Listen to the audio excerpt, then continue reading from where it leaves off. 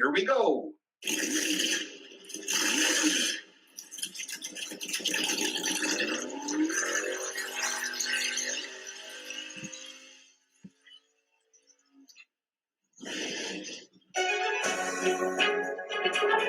said you can't teach an old dog new tricks? Hi, I'm Gail Rubenstein, the founder and CEO of a company called Retail Resilient, social selling for the car industry. And we help auto dealers, auto agencies, and vendors in the auto industry sell more cars, service more cars, and make more money using our social selling strategy. That includes TikTok, Instagram, Facebook, LinkedIn, and anything else you can think of. So if you're looking to invest thousands and make millions, we're definitely the social selling company for you.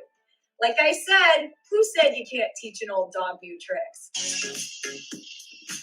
If you run a service drive, you know these days, first impressions matter. But when your advisors are tied up with inbound phone calls, they tend to neglect their other, more important duties.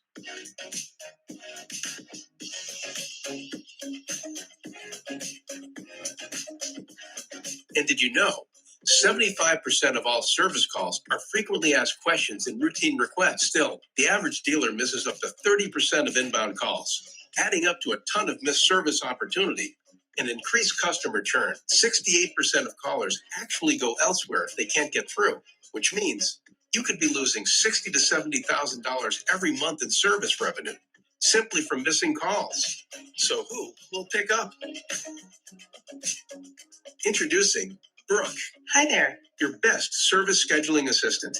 Brooke is the first intelligent digital voice assistant to answer, handle, and appoint all of your inbound service calls. And talking to Brooke is like talking to a friend with human-level understanding in a friendly conversational voice. Her conversational intelligence is built on millions of actual service industry conversations. Book with Brooke today. Visit Brooke.ai or call 866-942-1236. Finally, the perfect match. See that light above the bathroom door over there? That's a big time saver for our technicians and other recon staff. The light goes on when the bathroom is occupied. Now techs keep working until the light goes out. Then they know for sure the room is empty. Too often, the search for the right product brings valuable time. This inexpensive detailer's cart organizes supplies. Now techs lay their hands on what they need without delay. We got these time savers from Rapid Recon, the reconditioning software company that's always defining better reconditioning solutions for dealerships like yours. When the goal is to get cars through recon in 72 hours or less, every step, every minute, every better decision made helps towards that goal. For more recon efficiency ideas like these, talk to the recon experts at rapidrecon.com.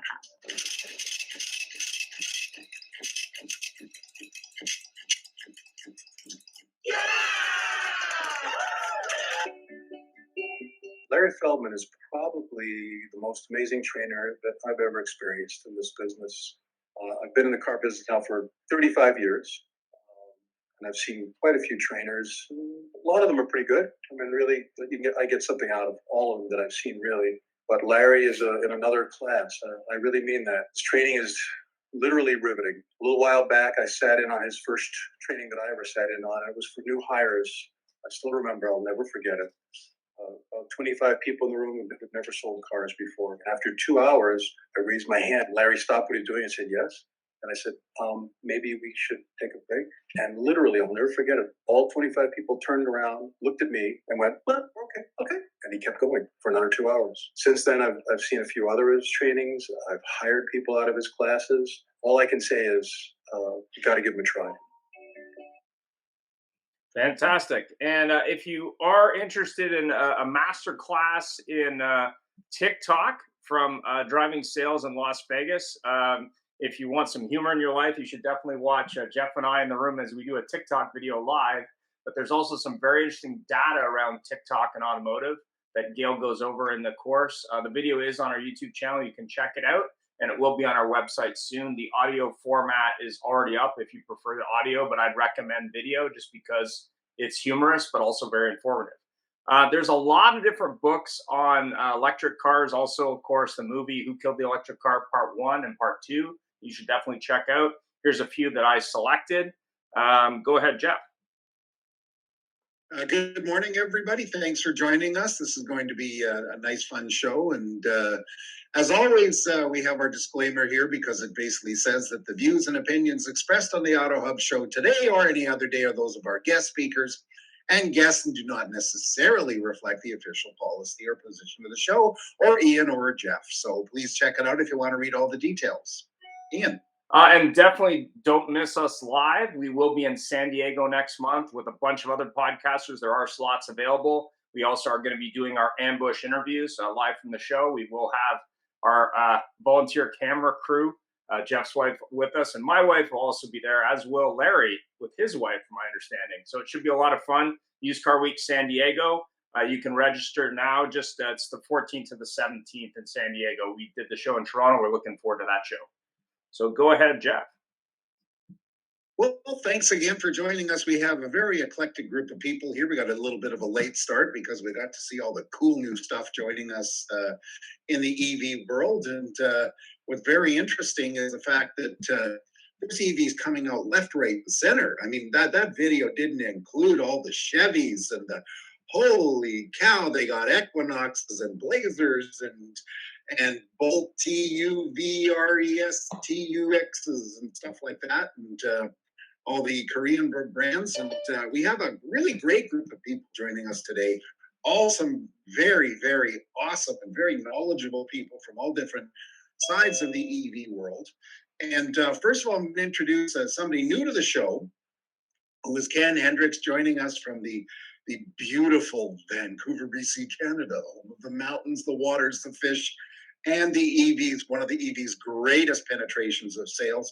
And Ken is with the Automotive Retailers Association of BC. Ken, please introduce yourself. Tell us your connection to the EV world, please. Thanks, Jeff. Thanks for having me on as a guest. So my connection with the EV world started only about 4 years ago, and it was a topic. Well, first, who the Automotive Retailer Association represents is we represent in BC what's called the aftermarket industry. And that's just basically the used industry or anything that happens to that vehicle after it's sold new. And that includes your collision repair, your mechanical repair, your towing, and of course your auto recycling. And while it occurred to me about 4 years ago that the dialogue really started to increase, but everyone was talking about the new car experience, and nobody was actually dealing with the used aspect of it.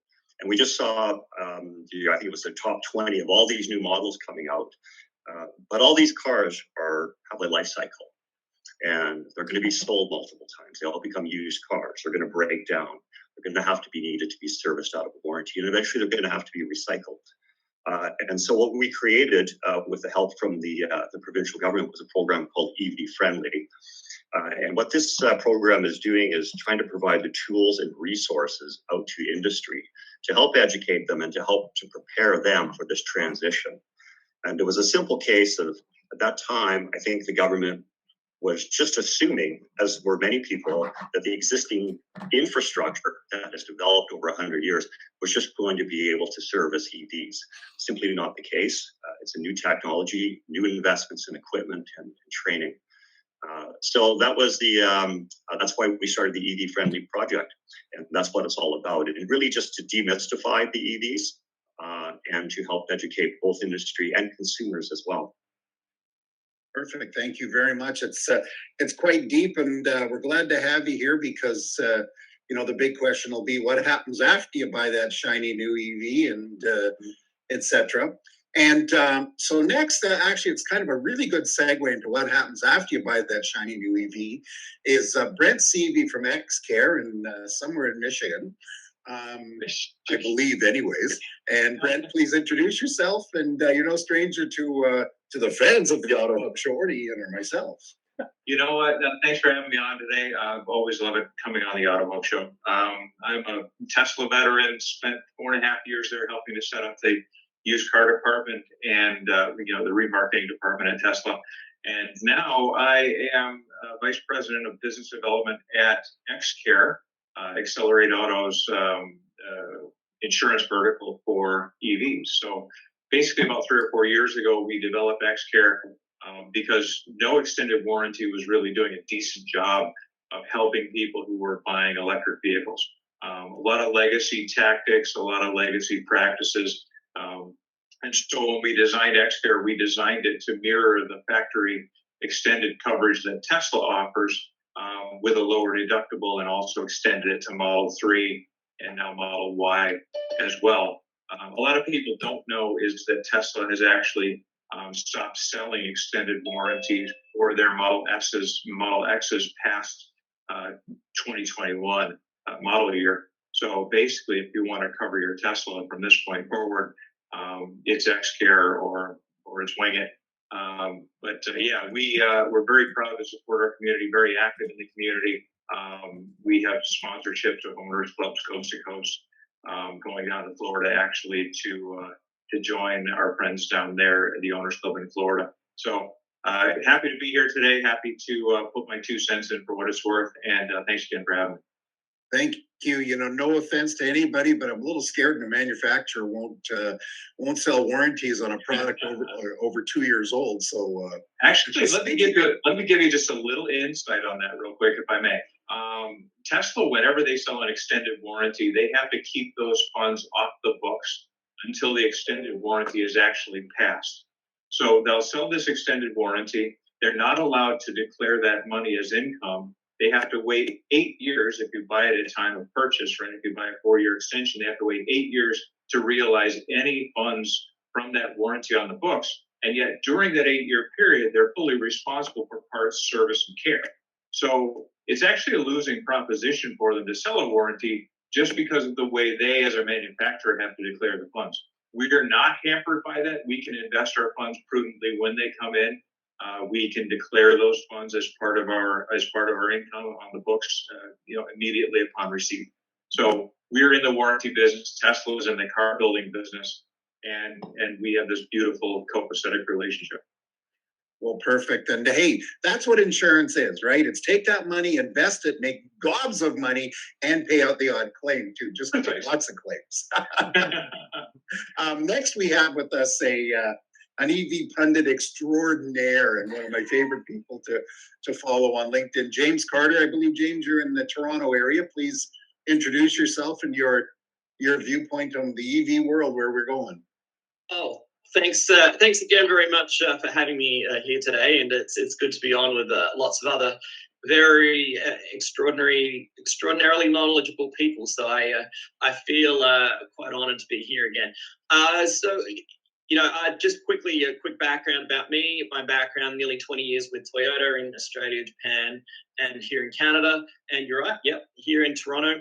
And since then, last 6 years have been running my business called Vision Mobility, which does consulting work and sometimes some content work for manufacturers, for tier ones, for others in mobility as well. So that's my background. But so do I get to kick it off about what I think about EVs? I feel honored to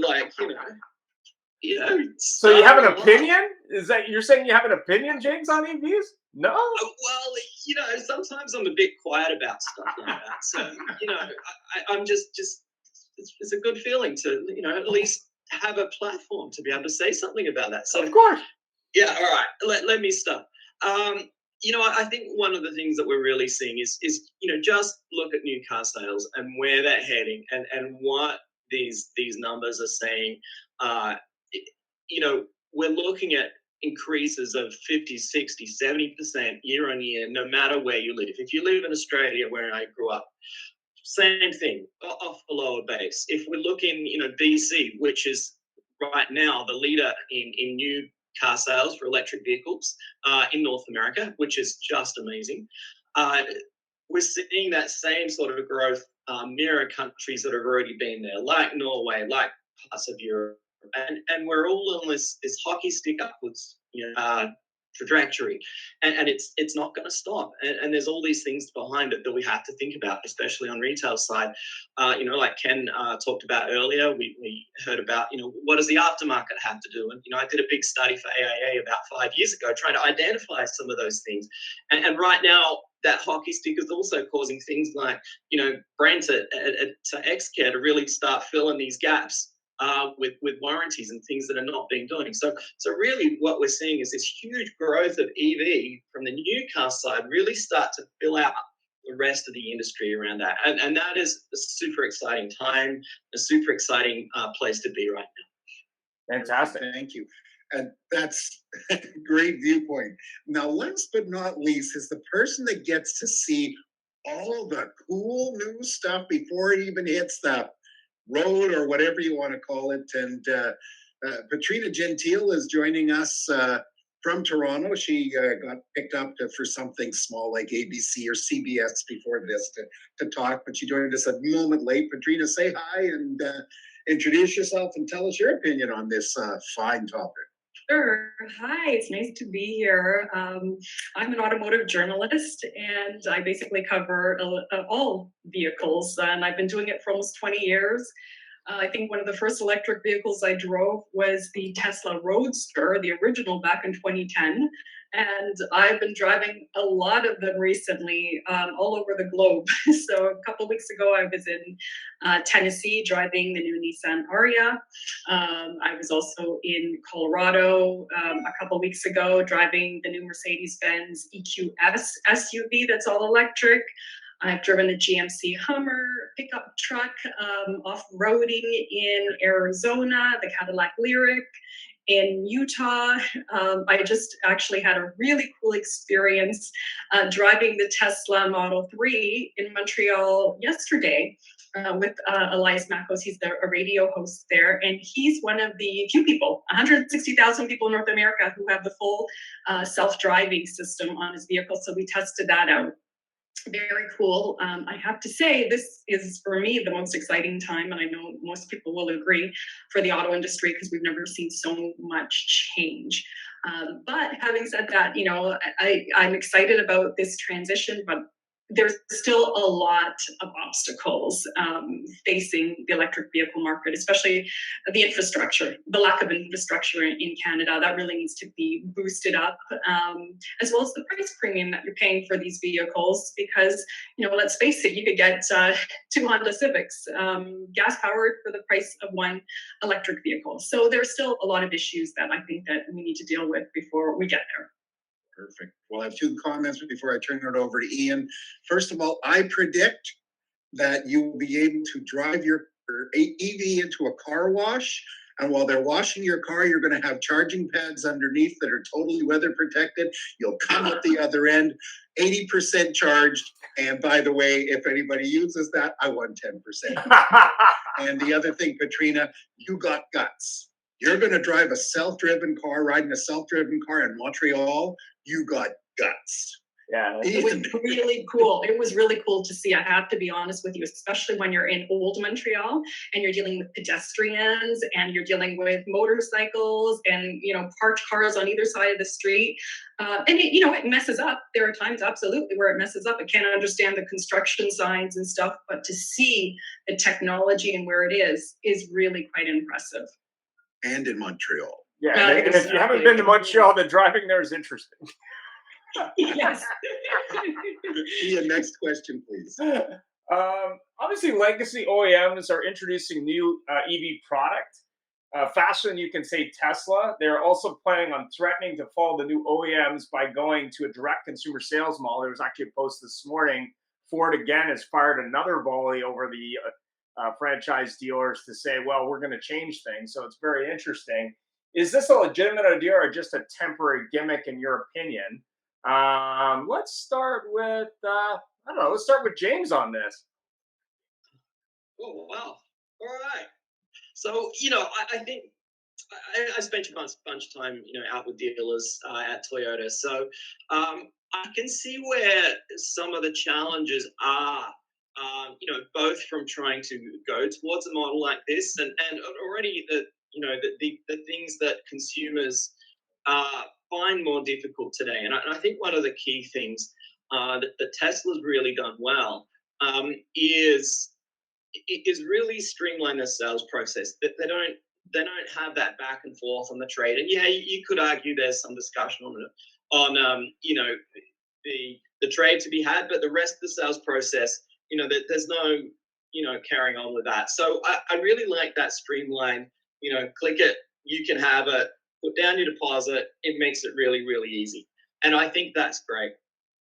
Where I think Tesla in particular, and this comes from both my experience and certainly what we hear in the research that we do is there are some gaps post sale. Like I know my delivery experience was pretty awful, and I hear that over and over again, and there's lots of things within that, and then on the server side, things within that there's some good ideas and they really should work, but it's not cohesive. It doesn't come together like a good dealership, and it creates problems that it's the first I've really ever seen in my many years of going in and out of dealerships for both sales and service. So I think that's a real key thing that they need to work on, and I personally believe it's not really a function of them being independent. I think it's more of a function of their in some ways not having their dealership process up to scratch. And maybe as a company, they just don't have the focus on it like they should. But in terms of which path is better, honestly, I think from an OEM side, there's two big benefits, I think, from wanting to keep it more in-house. Is A, one is more control, and B is the likely ability to drive out more cost savings. And then that's the reason why Tesla wanted to do it that way, and return some of that gross margin back into the OEM, into the factory, rather than have that separately. But I'd love to hear what others have got to say. Why don't we get the former Tesla fanboy and driver's thoughts on this? Let's go with Brent on this. The whole industry, I think, is going toward the agency model, where people are basically going to purchase their car one price online. They're going to pick up their car at the dealership location, where they'll get hopefully a decent walkthrough, and the dealership will be compensated basically for delivering the car. I think the days of the if you've seen the movie Cadillac Man, the whole kind of negotiating it back and forth and pressure tactics, and you see that with Ford now. They bring out the Ford F-150 Lightning, and a $75,000 Lightning is selling for $140,000. And there's somebody out there that just has to have it, and so they freaking pay it. But at the end of the day, I think what they're trying to do right now is they realize that their business model is circling the drain, and so they're trying to make as much money as they can while they can. And I don't really bat on that. I mean, if somebody's willing to pay, I'm a free market capitalist, knock yourself out. But I think at the end of the day, most people just want to buy something. They don't want to hassle. You ever go online and see 6 different prices for something, and you're like, I wonder if this one's better, or I wonder if this one's inferior, or whatever. At Tesla, you just go in, you build out your car, there's the price. If you like the trade value, fine. If not, sell it to Carvana or let it rust in your garage. Who cares? That model takes all the pressure off of the process. So I think the agency model is definitely coming to most manufacturers. It's just a matter of time. And I think Ford is playing this one really well, because they put out a lot of warnings. Hey, if you're skinning the customers alive, we're going to make, there are going to be repercussions, and then they let their dealerships basically skin them alive. And now they've got a lot of backup to go in and say, okay, you know what, we're tired of the games. We're splitting off, Ford's EVs, and we're going to go right to the agency model, like it or leave it. Interesting. Patrina, I mean, you deal with a lot of manufacturers and probably some retail. Yeah. What's your opinion? Well, you know what, you're seeing other OEMs following that business model that Tesla has. So you have, for example, Genesis, who's setting up the boutique retail stores in busy areas like shopping malls, and they're doing the fixed pricing, no haggle, full transparency there, and I think consumers are liking that. But what's really interesting too is now they're moving to a model where they're actually opening up full dealerships. So they're opening up in Markham and a couple places across Canada. So you have that full dealership experience, and people can come in, kick the tires a little bit more so than before. But I think that's what consumers are demanding, and especially this younger consumer that are coming up. They are, at least what I'm hearing from them, is they're getting really frustrated when they try to, order a car. And they ask for this and this and this, and often they'll say, you know what, you can't get that, but here's a car that's close to it. And they don't want that. With Tesla, they can order exactly what they want, and this is what they get, and this is the price. So I think that you're going to see other manufacturers trying to replicate that business model because it makes sense. Appreciate that. Ken? I think it gets much harder. I think when you're talking new, I think there's advantages to that sales approach, and we're certainly seeing an increase in the online sales. I think it's limited to a certain culture group and age demographic at this point. But what complicates it again is the used market, and that's going to be much slower to transition. And so it's going to confuse things that if you're into a used market, that you're still operating on the older models and going in person, haggling, negotiating. I think that's some of that again is going to spill into the new. So it's not going to be an easy transition, and I don't know if it'll ever fully mold into that model where you can just simply go online and buy a used Tesla at a certain price, and it's going to come. What you get delivered is exactly what you expected. So I think that's going to really complicate the model. I also think and there's probably another topic we'll get into, but it's the whole service end as well, which is going to extremely complicate that. Yeah, Jeff, maybe you can talk a little bit about used cars, but more importantly, the service side of electric used cars. You bet. One thing though that one thing I've had mentioned to me that's a little bit of an interesting thing on the direct to dealer or direct to consumer sale on high demand items is one thing that happens on the dealer level right now is you get a lot of people that are buying, a lot of used car dealers are buying new cars under other people's names. And then they're immediately converting it to them. I'm in the used car business. I watch the auctions, and there is regularly, I've already seen a Lightning on the dealer auction and pulled an astronomical figure. Even Kia Niro EV is pulling, and Ioniq 5s are pulling 15 and 20,000 over MSRP to dealers. So when you do online, you get 10 different names. A dealer gives them money up front. They order it, and they take that lovely new Ford, whatever it is, in 3 years that goes direct, and they flip it for a profit, depending on how the market is. But Rivian's just recalled, there was a real big thing there, and Tesla lovers are going, see, you guys ain't where we are. But they just recalled a ton of vehicles, and they haven't delivered that many, so they've recalled most of them. And so it's got an interesting challenge for EVs, which I mentioned just before we went live, was service on EVs. It's a big challenge. And I see Ken looking directly at me because this is perfect, because I want to ask him directly because he's in that side of the business. And there's nightmare experiences that people are experiencing on older EVs, and of course that's why Brent's in business. And considering some of these stuff is now over 10 years old, what's happening with repairing and servicing EVs? And Ken, I'll go with you first. I know you can only speak for British Columbia, Canada, but we'll hit everybody else. And we do have a gentleman that was with us, but he logged out as a recall fiend. I was going to ask him, but he might come back. But Ken, what's going to happen there? That's a big question, Jeff, and it has a lot of sort of tentacles. I think what worries me most on the service end is the Tesla model. And if OEs are going to follow that model, it's much more of a controlling model where they want to control the market. They don't want to share the repair information out to the rest of the aftermarket. That's a real problem. And yet they can't service. It's fine when you're in densely populated urban centers, but BC is a huge province geographically. And I think there's 3 or 4 Tesla service centers. We've heard nightmare stories of someone up island just having to get glass repair and having to drive that vehicle 200 kilometers down to a service center in Victoria at an astronomical price. All fine when you've got the money and you can afford that $160,000, or you have that warranty. When you're buying that 10-year-old Tesla, that's much more problematic. So I think that's one of my biggest concerns there with moving forward with that model. And we're starting to see that happen now in the market. So there's a lot of dialogue now, even at the federal level with the right to repair.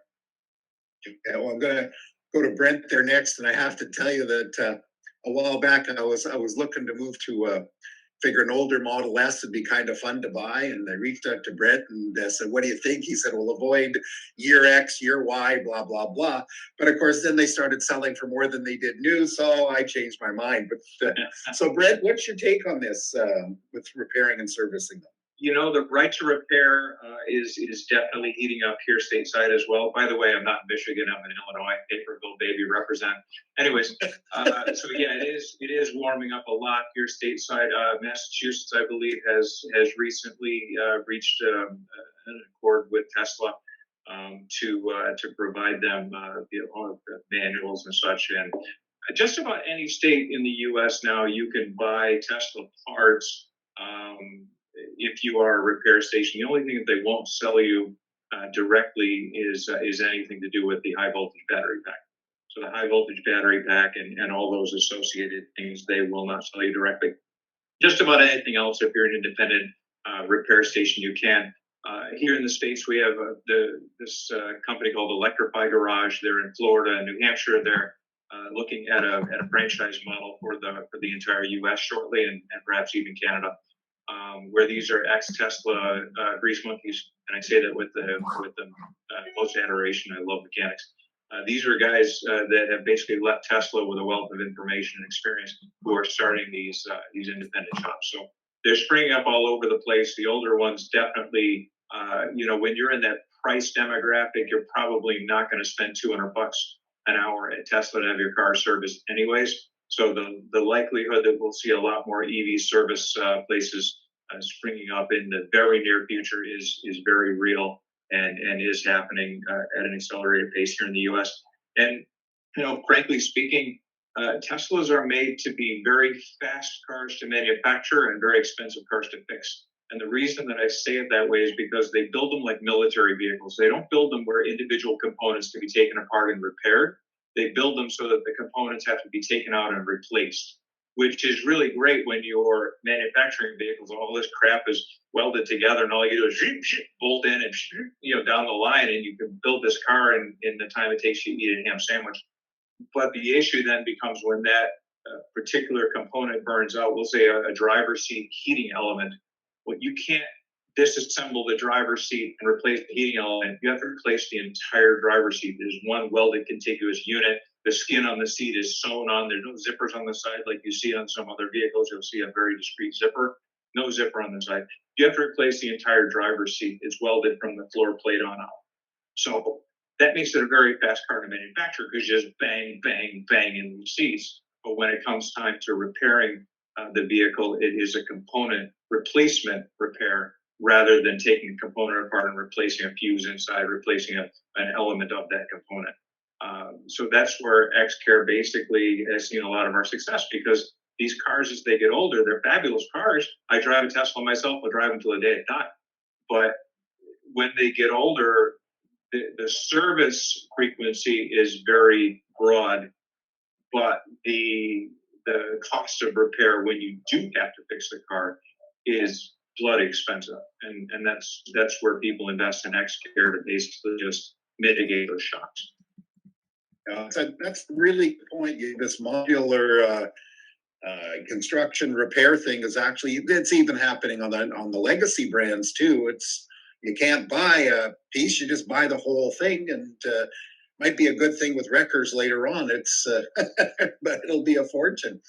Comments came from Peter Smith here that you basically said that there's no right to repair with Ontario and Tesla. I don't know about in BC, but it sounds like, Ken, you're right. And Canada, of course, they operate a little bit differently than the US. And then, concern with insurance companies moving forward is that whole idea of replacing the whole thing for whatever. And we're already on a kick here where they're writing cars off for less damage. And so that will happen. Next, we'll go with Jeff, they wrote my car off, my Tesla S off for $4,000. So that was it exactly. They just couldn't get the parts. They couldn't get the timing, everything. They just said, forget it. Part the car out. Bloody hell, for $4,000. Yep. Yeah. Tailgate and a bumper cover. Oh my God, that reminds me of the early days. There was a time when we first started the used car department at Tesla. we had to refurbish the vehicles actually before we sold them. And so if the tailgate had a big dent in it because somebody opened it up in their garage, did a Raptor or something with it. And so we had to replace the tailgate on a Model S.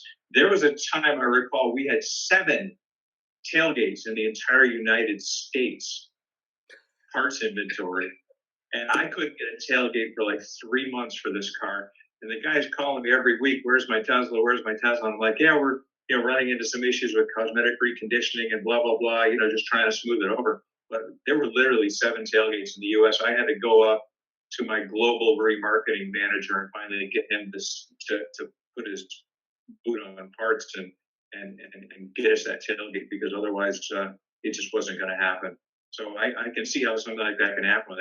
We don't have the parts, and we will repair within a legal amount of time. So we're going to write off your car. Yeah, that's brutal for underwriting and for future insurance rates when you have to do that occasionally. It's a big ass claim. $143,000 claim. Jeez, God. And we're wondering why our insurance rates are going up, not because of hurricanes, because of electric cars. Oh, sorry. I forgot to add in the $80,000 rental fee for Tesla, for my Tesla rental for 7 months. Oh my God, $80,000. Could have bought one and handed it to you.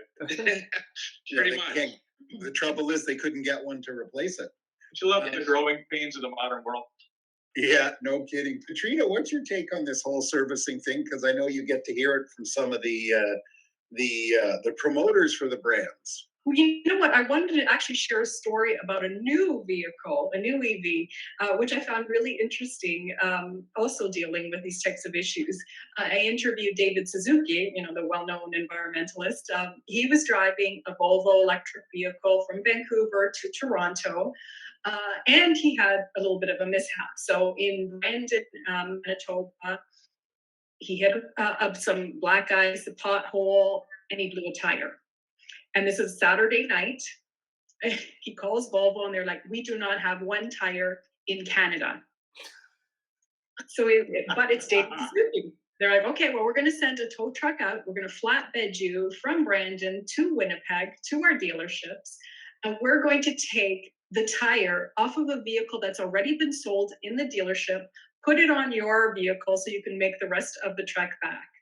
So I thought it was really interesting. Yeah, if there's not one tire in the entire country, this is a serious issue, right? Now, isn't this the case that Volvo actually provided him the car as the PR situation? Absolutely, yeah. It was like a stunt to say, hey, look at how easy this is to drive across Canada. And he's, I want to save the environment. And then, of course, I asked him at the very end, so how are you getting home? Oh, I'm flying.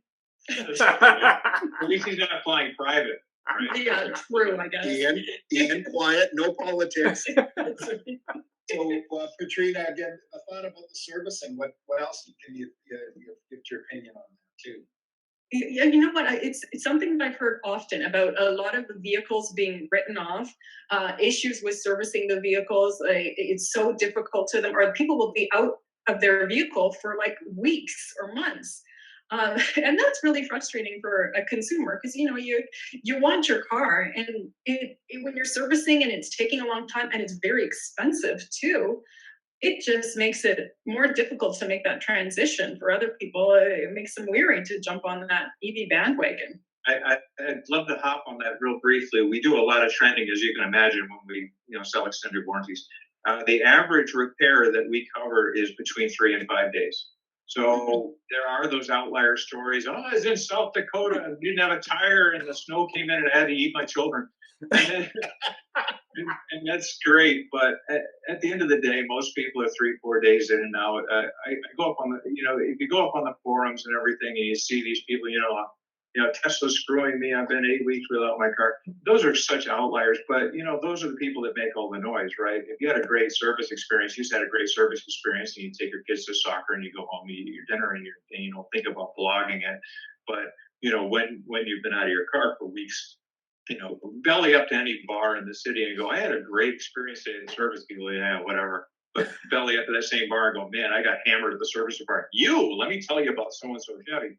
People love bad news, and it spreads like fire. Actually, I want to say something about this right to repair thing, and I think it's interesting because there was a story about I believe and Brent can probably help me out here, but I believe there's a known fault with early Model S's where AC fluid leaks down into the batteries or into the inverters or something and causes them the bottom end to rust out and all sorts of issues to happen from there. And it's an expensive repair, and Tesla wants to replace the whole battery to do it. There are a couple of shops out there that'll pull your battery out, go through it individually, refix it up. I believe Gruger in California is one, but there are others around. There's one in Quebec, and they, instead of a $30,000 or $40,000 fix, it's a $5,000 fix. And I think what the important point here is that what we really see that the aftermarket does, and the real benefit that they provide, is that it's almost like keeping the OEMs honest in some ways, that they found out new and better ways to do stuff. Then find out new and better ways to do it cheaply, so that the customer ends up, in an extreme case, instead of having a $30,000 bill, they ended up with a $5,000 bill. Or, we wind that down a bit. Instead of ending up with a $3,000 or $4,000 bill, they ended up with a $500 bill. And to me, this is a really, especially, we're not talking new cars or even 3 or 4 years in, but once these cars get to 8 or 10 years old, people really don't have that sort of money to fix them up. It's really important that we keep these cars on the road, and we have these ability to fix the cars that are low cost, and we can keep people going. And if you're on a low income, the last thing you want is, even in a traditional car, you don't want that engine to blow up. You don't want that transmission to blow up. And if it does happen, that there is a cost-effective repair to make that happen. So, I think this is really important thing within this that we really got to think about and keep in mind. I love how free market capitalism keeps itself honest, and it's true. You're seeing a lot of these indie shops now popping up that are providing very, very simple repairs. My mind is brought back to the Model 3 guy that had the front of the battery. There's a coupling for the fluid that goes around the battery, and it's made out of plastic, and it was damaged by a rock. This rando rock hit this thing on the road and cracked it open. And Tesla wanted to replace the entire battery, and Electrify Garage actually went out and got a brass fitting from like Home Depot or something, and fashioned a terrific repair for this thing, and charged them a few $100. So the delta was between thousands of dollars for a new battery and all the labor that Tesla was going to charge this guy, and $300 to $400. It was ludicrous. It was a $15 brass fitting, and now he's got a brass fitting on there that could probably take a 38 caliber shot. So the recycling industry can add a lot of support to this. It needs support itself, and this is one of the things that our association is trying to address in terms of the quality control and the training that is needed across the country. One of the biggest challenges is actually buying the salvage vehicles. A high percentage of export, especially if Teslas go outside of the country, which a lot of people don't realize, it can be as high as 30%. And from a critical mineral standpoint, that's crazy. That's a loss of investment. If the government is going to be incenting these vehicles, and when they get into an accident, if they go outside of the country, or someone else is benefiting from those parts. And that's one of the biggest challenges. We do our own internal studies just here in BC, because we can measure what are the collision shops, what are they ordering, or what are they requesting from the recyclers, and what is the return of the replies. And sometimes it's like a 1%. That means for every 100 parts that are requested, they only have one reply. And it's because when we look, where are these vehicles going? They are going outside of the province, and in many instances outside of the country. And that's something that is not being talked about, and that really needs to, both at our provincial level, but also at a federal level as well. Those are definitely great points. I mean, as we look at the new act in the U.S., it's going live January 1 for Inflation Reduction /EV, and we look at the attraction from a dealer perspective, because there's limitations to getting a tax rebate for those used vehicles. I know there's a fight right now between Korea, Japan, and the U.S. government because they're excluding certain vehicles, and that's, I'm sure, why you're seeing the ID4 move to Tennessee versus Germany. But the question then becomes, what quality used vehicle can you get for less than $25,000 to pick a number, whether it be in Canada or the U.S. that would then qualify? Because I know the Canadian government is talking about something in that area if Justin can come up with some money. But what's your opinion on the top five? I mean, Ken, you deal with a lot of vehicles that, obviously fixing vehicles. I mean, what's your opinion on the top five used electric? Well, in terms of the service and repair, I mean, it's their Tesla, Leafs, Bolts. That's where we're seeing most of the requests from, anyways. And again, it's just the challenge of, there's a lot of challenges. The challenge of finding the used parts, but it's also just challenging who can do that work and who can service them. There's very few in BC that could do, as you said, take a battery and swap out the individual cells or modules.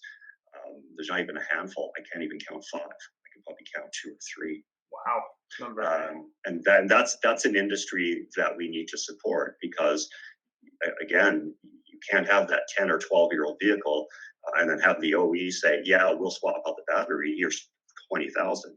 That's just crazy. It's not going to support the market. It's not going to induce growth. Well, I like what you said there too. And the thing is that, we keep hearing about how cost per kilowatt hour on batteries has come down so exponentially over the last 5 years at Tesla, and that's how they're able to be so profitable, et cetera, et cetera. Yet if you blow your battery on your Tesla Model S, you're still paying $20,000 for the battery. If you follow the cost of that battery over the last 5 years and all the stuff that's been published about the cost per kilowatt hour, that battery should cost you about $12,000 now. So Tesla's holding an $8,000 margin on that battery just because they can, which is fine. And I'm a capitalist and I understand, but at some point, replacement battery costs have to follow the actual cost to a reasonable degree without skinning the public. What I'd like to see is like Firestone Service and Meineke and all these other big national brands here in the States actually take up EV servicing. If they would dedicate a commensurate amount of stalls and training for their people to start servicing EVs, they would make money hand over fist. And right now, nobody's picking that up. You call Firestone Service right now, telling you want your Tesla service, they'll laugh and hang up. So it's an untapped market for service that is going to make some people bleeding rich, both locally and nationally, guaranteed.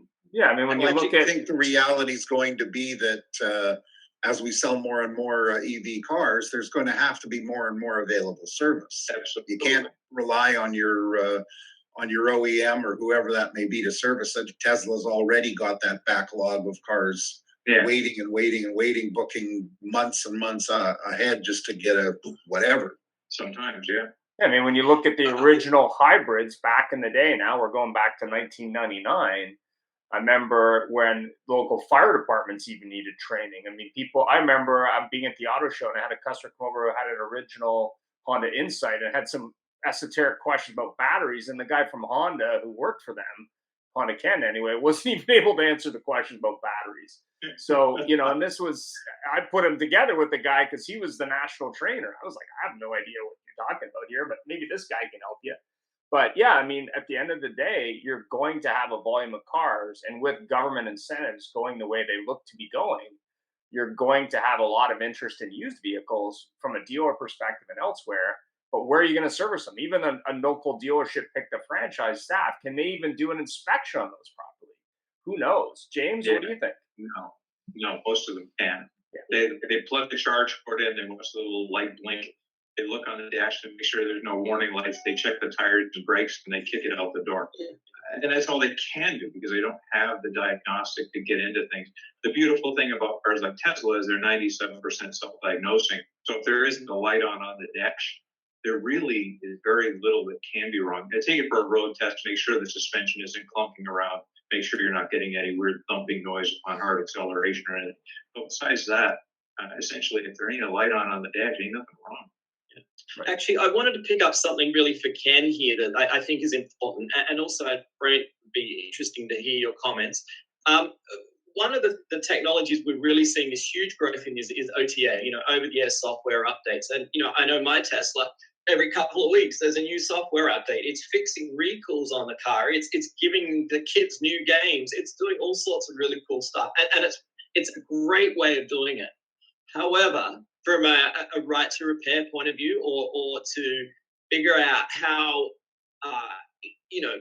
unless you have access to the system, how do you know what's going on? And I think that's something that, certainly I'd love to hear Brent and Ken talk about, because there could be some really sticky issues, especially when the cars age. Yeah, in more ways than you might think. So certainly from that repairs standpoint, absolutely.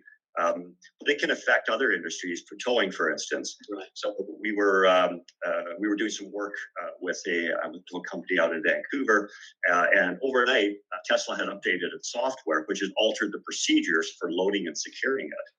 And it wasn't working. That's awesome. I knew how to do this. They couldn't figure it out. It was just like their iPhone. Okay. Finally, they got it figured out, but that can have serious repercussions. Now, this was also a trained tow operator, so he understood it. But to an untrained tow operator, they might try just to force it up on that deck and damage it. So, yes, absolutely serious implications. I do think on the topic of towing, we may have to look at what some of the European countries do, where they have a flat deck with a gooseneck hook that comes over, and four hooks go underneath the car and lift it up and put it on there. It might be a simpler way. There you go. Especially if you're in a tight parking space. One quick thing about what we're talking about, used vehicles here in the EV space. The average time span a car spends on the road in North America is under 10 years. That's the average lifespan of a car. When you talk a EV, it has a significantly exponentially higher price point, so people tend to keep that car a longer point in time. So migrating it into a used car positioning is going to be a much shorter lifespan for that vehicle. So you're looking at primarily probably 80% of ownership will be a single point ownership of an EV in the future. That's and then a good point. That's a really good point. But then when you look at the infrastructure, the infrastructure problem is the main concern of EVs, in my humble opinion right now. Yeah, infrastructure is big. Not so much for Tesla as for the other manufacturers. But Tesla has their supercharger network throughout the U.S. and the demographic for Tesla are mostly people that own their own homes, and so they charge at home for 99% of what they're using the car for. But yeah, infrastructure is going to be huge. Single ownership, yeah, absolutely. People call me all the time. I've had my Tesla for 4 years. It's been a joy. I want to cover it for the next 6 years, the next 8 years. I want to keep this thing till the wheels fall off. That's fantastic. Teslas are actually designed to last for about 15 years or 500,000 miles. So the delta between the ordinary ownership experience and an EV experience, especially a Tesla, is pretty broad. So they'll see second lives, third lives, but the first owners are keeping them, from what we're seeing, anywhere from 8 to 10 years. So beautiful thing is keeping us in business. But yeah, even second life, then as long as it's less than 10 years, we can throw a warranty on it and help you out in the future as well. There's an article today, just came out on Forbes. I put a link there if you're curious. They're projecting lifespan of 10 to 20 years. Obviously depends on the scenario. If you're an Uber driver or a taxi cab driver or whatever, that may not be the case. Sure. But it's an interesting article. But Petrina hasn't said anything in a while, so I wanted to include her in the conversation. Go ahead. Okay, I had a couple things I wanted to say, and I guess I'll start with maybe the infrastructure that you mentioned, because that is a big issue. I was shocked when I drove. I had a Tesla for a couple of days. Of course, you can't get it from the press fleet because Elon Musk doesn't like journalists, so there is no test fleet. So I borrowed one off of a car sharing platform. And I was so impressed with how easy it was to charge at the superstar charger stations. They were, 20 kilometers apart on major highways. Every time I pulled over, there were at least, 15 charging spots. I didn't need a separate app. I didn't need to worry about anything. I could just pull up, charge. It was literally fast, like less than 20 minutes, full charge. I could watch Netflix in the car. And when you compare it to the infrastructure, the lack of infrastructure, where I've driven, the Ioniq 5, the Volvos, like you name it, and I always have an issue with charging. Finding them, having to have download a different app for them. Often they're not working.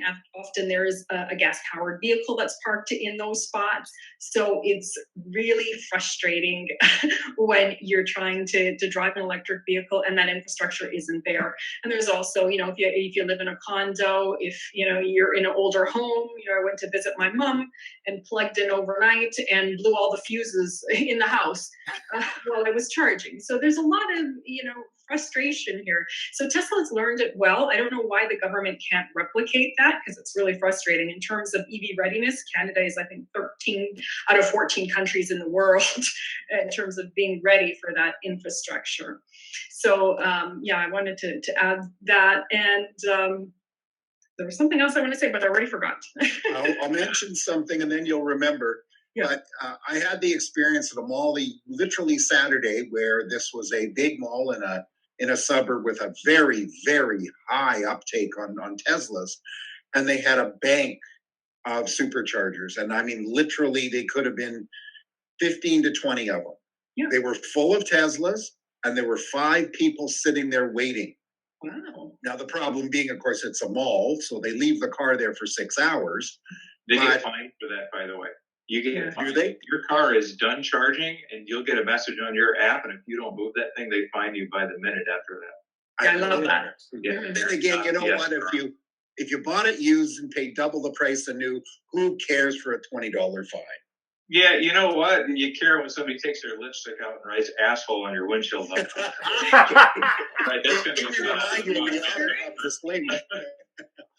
I think I'd like to point out, though, that was a mall, which means it was a very dense population center. You probably had a lot of apartment buildings and condos and co-ops around that don't have electric vehicle charging. So you'll see at areas like that, it's a little bit more challenging. But on the freeway between towns where you truly don't have a choice, Tesla trends the living hell out of those, and they add capacity whenever they need to. No question. Just on that quick statement there, in a high capacity density area, the Toronto community, take downtown Toronto, there's a condo every 4 inches. It's getting to be like New York City, Manhattan. Sure. None of them have electric charging capabilities in their basements.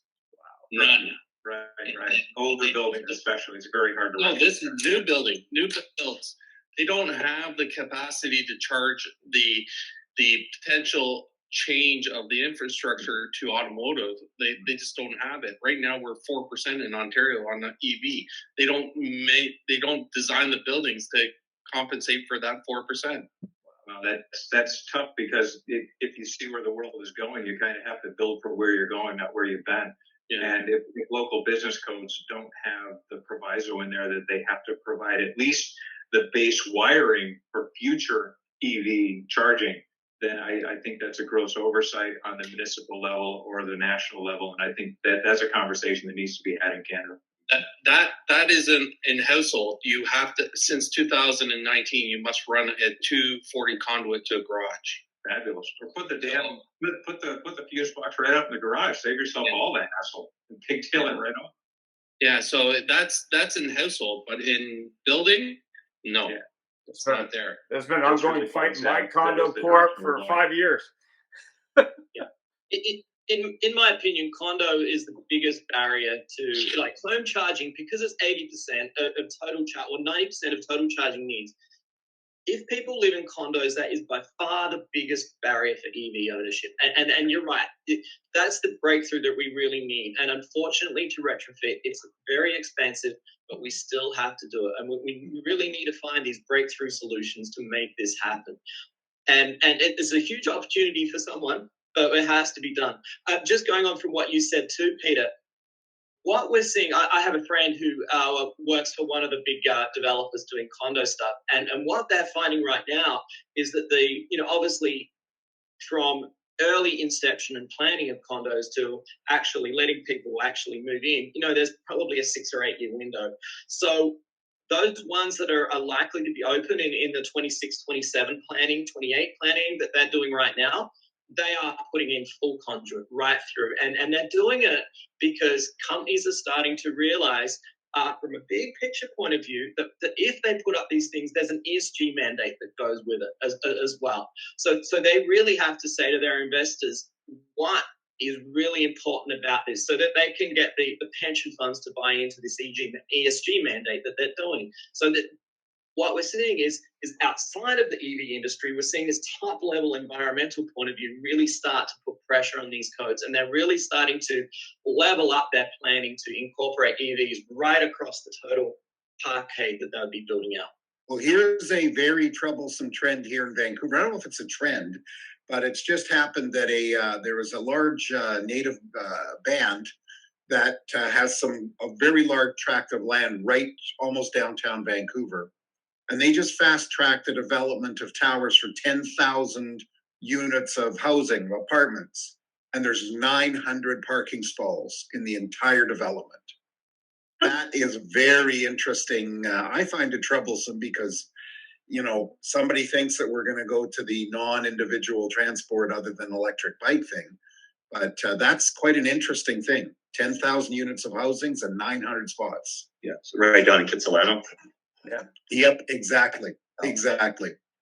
And leaving politics out, they can do whatever they want. They're self-governing, but there's a big developer there's going to make about $10 billion, and it's interesting. There's also a problem in Vancouver is street parking. It's just a lot of street parking. They're doing an interesting in London because London is really the same. People they don't have garages. Everyone parks in the street, so they're just converting the lampposts into charging stations. Yes. And that's easily something that, again, we can do in Vancouver. We just sort of have to look at what is existing infrastructure and how can we fit EVs on top of that. Yeah, for sure. We're running out of time, but I'm going to put another question out for anybody. Here's the fun part, the bonus question. So I'm going to go to Patrina because she knows all of this stuff first. So bonus question, Cybertruck or Hummer? Cybertruck. Yes. You know what? I mean, that's a tough. I will say it's a tough one because I loved driving the Hummer EV, especially off-roading with it and checking out the Watts to Freedom, and the crab walk. Really incredible. But I was at the launch. I think I was the only journalist in North America in the room when Elon Musk unveiled the Cybertruck. He wasn't allowing any journalists inside, and I got in because I knew a friend that knows the designer. So I went in and I got a chance to see it, and it was really impressive. And they did drives right by the SpaceX rocket and stuff. So it was really cool seeing it on the road. I mean, having said that, who knows what will happen, but it's a close one. But the Cybertruck holds something special because I've never seen a press launch like this in my entire life. And, I've covered everything, Geneva Auto Show, Frankfurt, where press launches are quite something. But this one really was interesting. It was like a concert, and everyone just went nuts. And there was a lot of momentum there. So it's a close one, but I do like the Cybertruck. I couldn't even get that room. You got in that room? I couldn't even get. I got in that room. Yeah. I went in. Like I said, I went in. I was supposed to cover it for CTV and CBC, the Canadian television stations. And when I went, they were like, "Nope, we're not letting you in." And I turned around, and one of my friends was there. He's a Hollywood producer. So he said, you know what, come in with me, you'll be my plus one. He had a personal invitation from Elon and the designer, and I'm like, I'm in there. So I think it was the only, like I say, I think it was the only journalist in North America in that room. And it was like nothing I've ever seen before. Did I hear a giant mic drop? Boom. Okay, now I'm going to challenge James. Lucid Air or Plaid? Why? I actually just drove a Plaid the other day, and holy smoke, far out, that thing's fast. That is nuts. It is absolutely nuts. The Plaid that I drove was actually a Model X, but still, and the Lucid looks beautiful. But that's too big car for me. I prefer small cars that are more nimble and more city friendly, and I'm quite happy with my Model 3. So I would probably say neither and get a Model 3. But both of them are amazing, and I would be a happy owner in either one of them for different reasons. I really do like some of the technology that Lucid's brought out. I think it's great. But in terms of Lucid, that they are still, as a company as a whole, they're still quite a ways behind Tesla, and I think there's probably some product maturity that needs to happen with them as well. But all proud of them; they've done a great job so far. They've got enough Saudi money to catch up. Well, people love to slag Elon Musk, and Lord knows he deserves at least half of the stuff he gets. But I got to tell you something. I'm a big fan of Spaceballs, and anybody that names a car after that, a term in there's got to be is cool in my book. So Brent, VinFast or Fisker? Oh God! Wow, that's like asking a vegetarian steak or chicken. Why do you think I asked you? You know what? I would probably do the VinFast just because they have a better chance of succeeding than Fisker. I think the Fisker Ocean is going to be an interesting side note in the EV in the annals of the EV history when it's written. I really don't have a whole lot of faith in them. I don't have a great deal of faith in VinFast either, so it was a really tough choice. So Jeff, you forgot DeLorean in this list. Ken, do you want to comment on DeLorean? What an attestation to a salesman. Fisker has a track record, other than he made one of the coolest looking cars, I think, ever. He's got a reputation of selling a whole bunch of, what's the term? Pile of goods. Where he keeps getting people to invest billions in and to come up with new stuff, like the new DeLorean.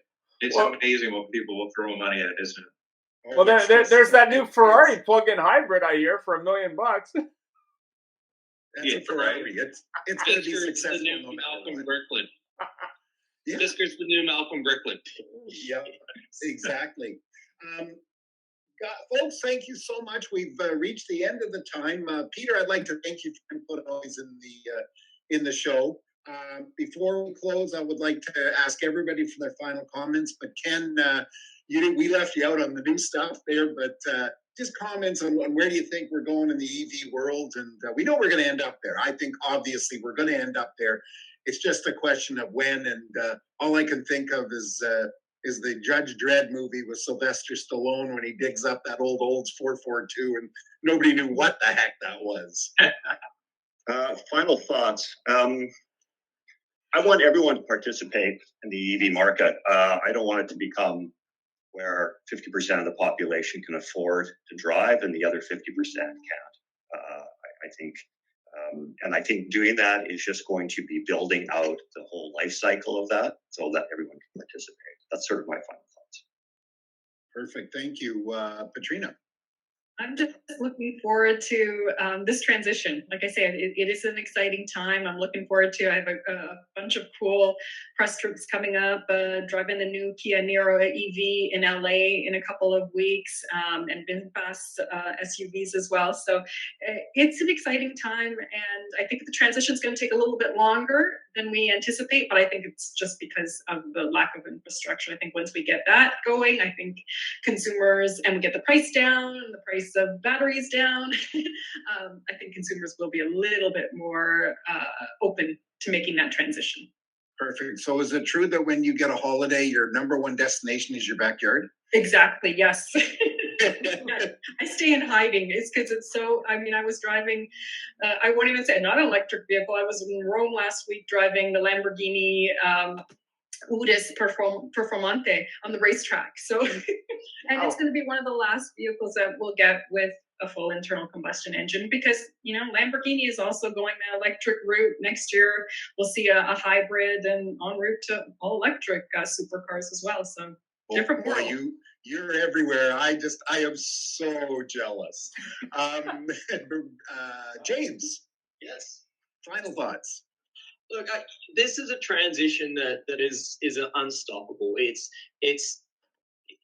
There is not going to be any ICE vehicles available in Canada in not too many years' time, and I think we need to bring that. You know, we need to bear that in mind that this transition is inevitable. It is happening, and it will create a whole bunch of new opportunities out there for people who want to think about what do we need to do to bring out some of these real bits of gold. And so I think the real important thing to leave people with that, the listeners here, is there is tons of opportunity in EV. There is tons of opportunity coming, and really sit down and think about what that is, because that could make you really, really rich. So that would be my parting thoughts here. Thank you so much. And last but not least, Brent. Hi. We're talking about this transition to electric vehicles, but I think the broader, greater conversation is going to be the actual future transition to the post-ownership world, where basically most people don't own a vehicle anymore. They subscribe to a ride service that comes and autonomously picks them up and drops them off. I think that future is a lot closer than we think. I think the millennials are onto it. 75% of millennials would give up their car before they give up their internet. Most people are not even getting a driver's license at 16. They're foregoing driver's licenses. They could care less about driving.